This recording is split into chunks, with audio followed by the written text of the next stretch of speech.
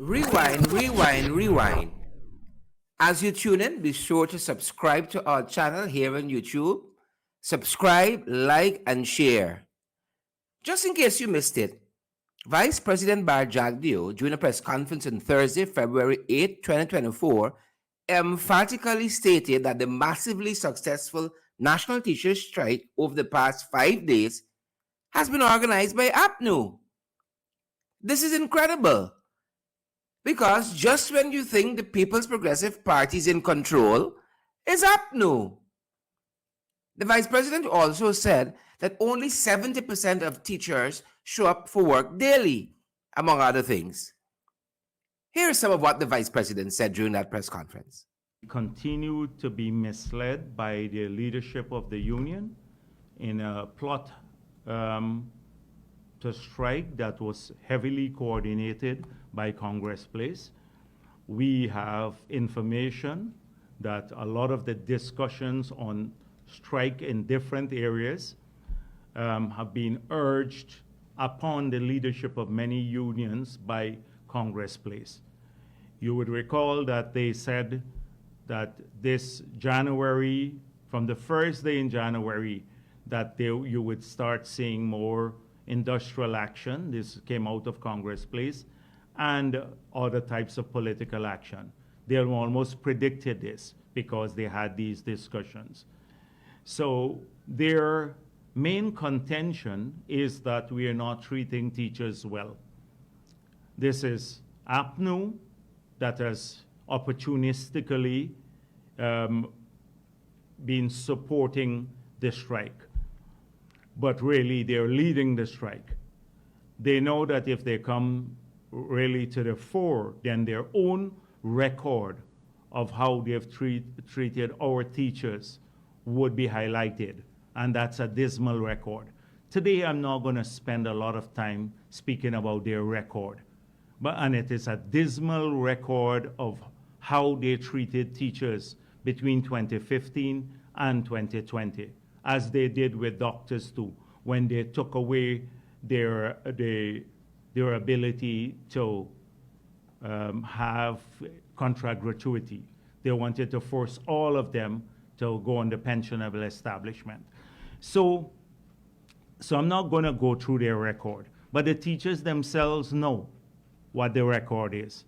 And Coretta McDonald also knows about that record because she spoke about it, how teachers were treated in that period.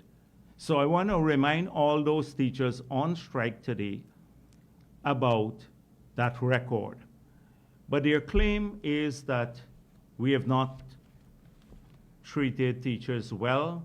There is not enough money in the budget for teachers. We're spending all the resources on infrastructure, and we can therefore afford to pay teachers more, and we should pay teachers more. Well, first of all, I want to give you some basic numbers that we should all know. Because one thing about this strike is that it gives us an opportunity to probably do an in-depth analysis of the education sector and also to scrutinize the record of the teachers' union. So first of all, $135 billion of $1.1 trillion budget was announced in the budget. That's over 10% of the budget went to education alone in this year's budget. So the focus has been on several things.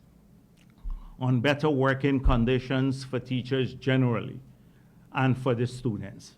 Because ultimately, it is about the students, the education of our children.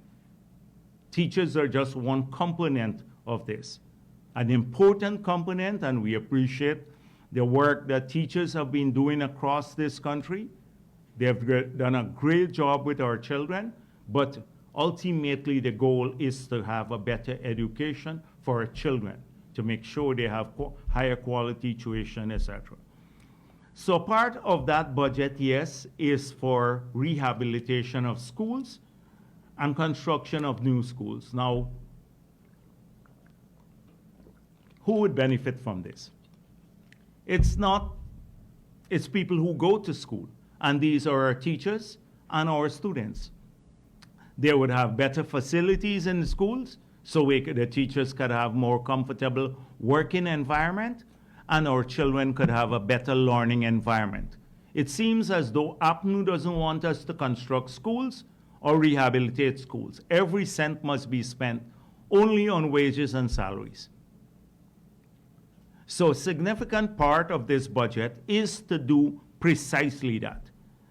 We have also been spending more resources to make sure that they have better classrooms. And so you'd see a lot of this, smarter classrooms, more access to computer training.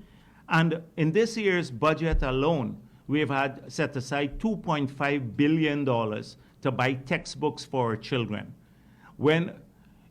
If you go to private schools, you have to buy your own textbooks. $2.5 billion so that they can have more access to learning material. But if you look at our spending overall on the education sector, in 2019, the last budget of APNU, they allocated $52.7 billion to the education sector.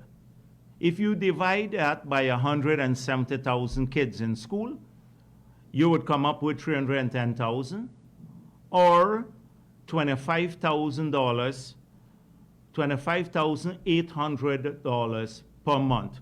That is $310,000 per year you spend on a child. So you take the whole budget, you divide it by the number of students across the country. It gives you an annual spending on children in the education sector, $310,000 per child. And if you divide that by 12, you get $25,800 per child spent per year, per month. Our budget now is $135 billion. So we took out the $8 billion for UG, 4 for UG, and 4 for gold. So we come down to 125 or so, 127, but we use $125 billion. And we have approximately 178,000 to 180,000 students now. So this comes up to $694,000 that we spend per child per year now, this year we're going to spend. If you divide that by 12, it's $57,870,000 per month that we're spending now per child. It's more than double what they were spending per child, $25,800 in 2019, the last budget that they had. More than double what we're spending per child. Considering that in, say, the average salary, the average tuition fee at the private institutions for a child is about $100,000 per term. It goes from about $40,000 for nursery to about $120,000 per term, for secondary and stuff. But we say we are putting it conservatively at $100,000 per term. In private sector, people pay $300,000 on average per year, 3 terms per child. We're spending $694,000 per child per term, per year, when you would pay comparably this amount in the private sector.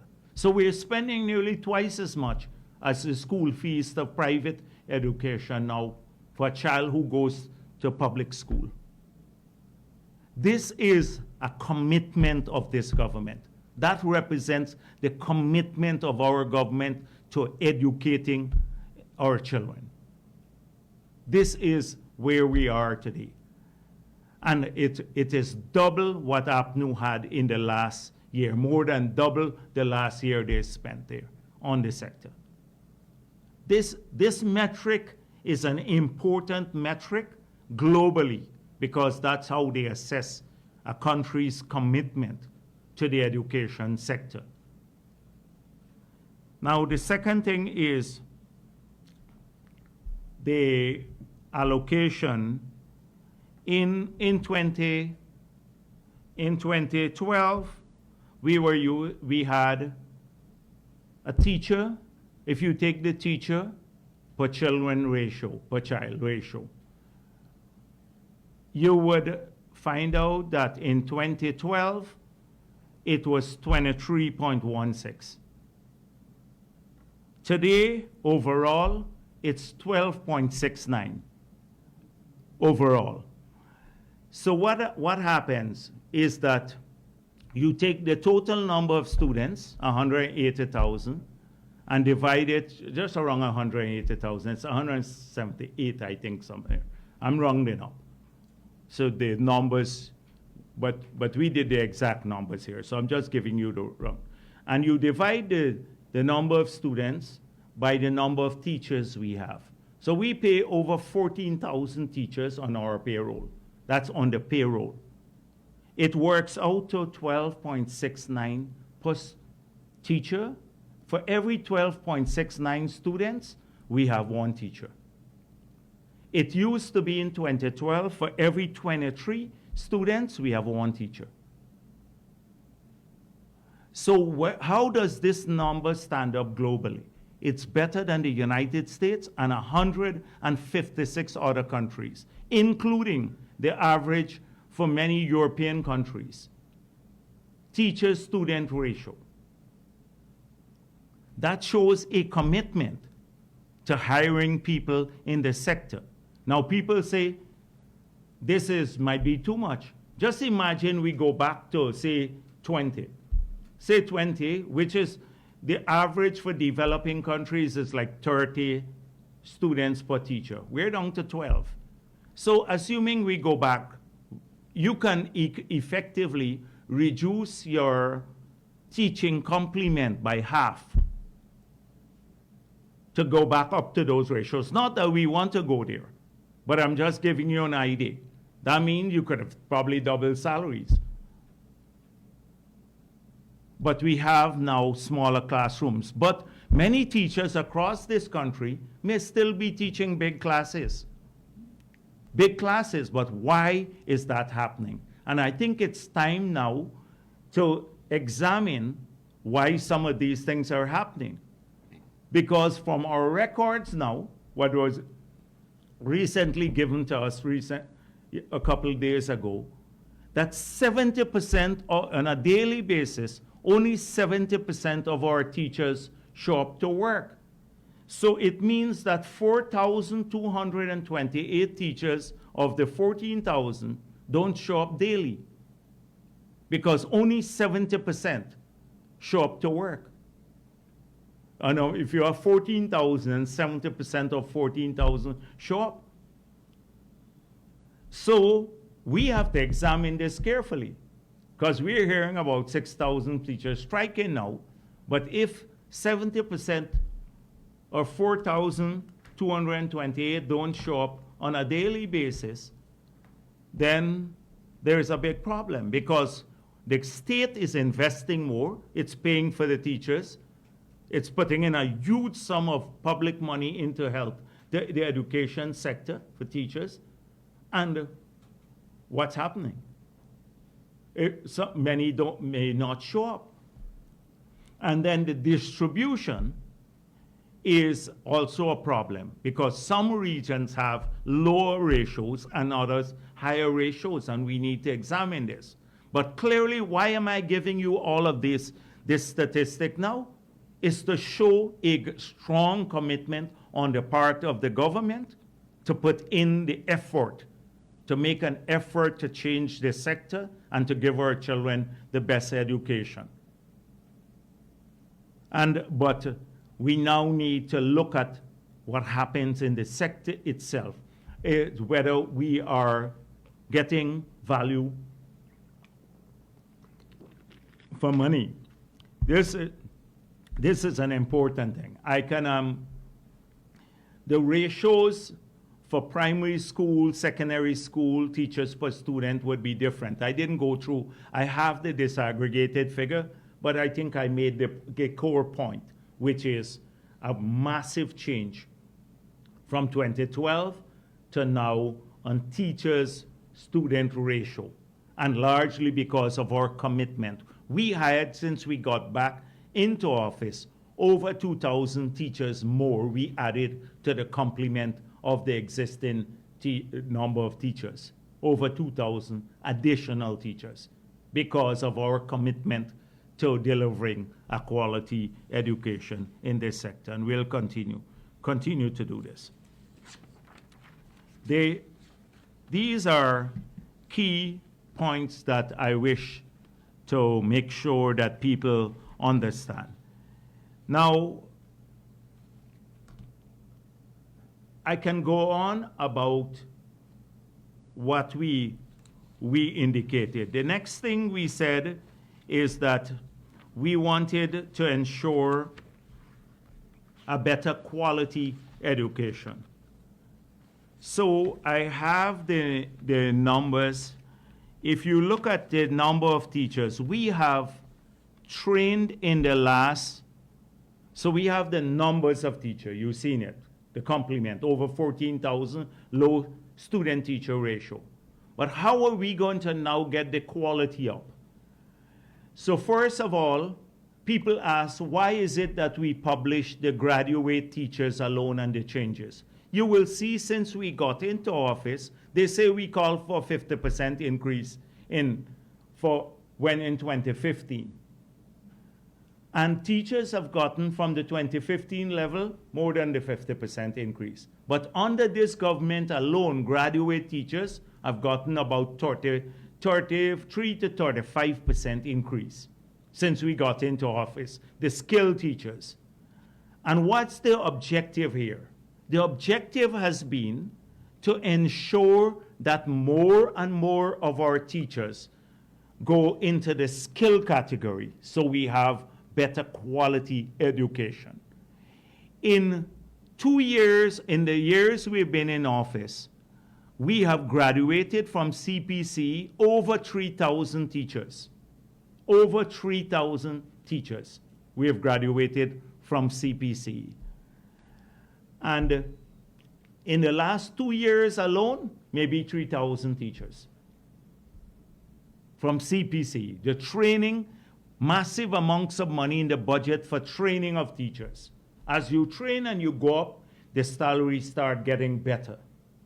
And that is why we focused on that. And secondly, through the GOAL program, we have over 4,000 teachers who have finished GOAL or on the GOAL program. If you look at the two combined, that will be nearly 6,000 to 7,000 teachers who have benefited from training or are on the GOAL program, from training under this government, on part of a program paid by the government of Ghana. And the moment they hit that threshold, the moment they start getting degrees, etc., you see they start getting the salaries start becoming higher. That's where we want to go. And that is why we're encouraging higher increases at the top. Now, what about the bottom? Teachers, we did a survey of the private banks, and their entry level for person with 5 subject CXC is like between 90,000 to 120,000. That is the banks. And when you come in, the teachers at the lowest level, even the aide, they're above 90,000 at that level. So it's competitive with the banking sector, but we don't want people to remain there. We want them to be trained, and we are providing the opportunity for them to be trained to grow higher. That is our plan. So massive allocation of resources in the budget to the sector, improvement of working conditions, improvement of salaries, providing more opportunities for training and a higher pay at the upper end of the scale, so it encourages people to train. This has been a clear-cut plan for the education sector. So there it is. Some of what the Vice President said during a press conference on Thursday, February 8, 2024. What are your thoughts? Is the National Teachers Strike APNU sponsored? Or do teachers have genuine grievances that are not being addressed by the PPP-led administration? Leave a comment and let us know. Rewind.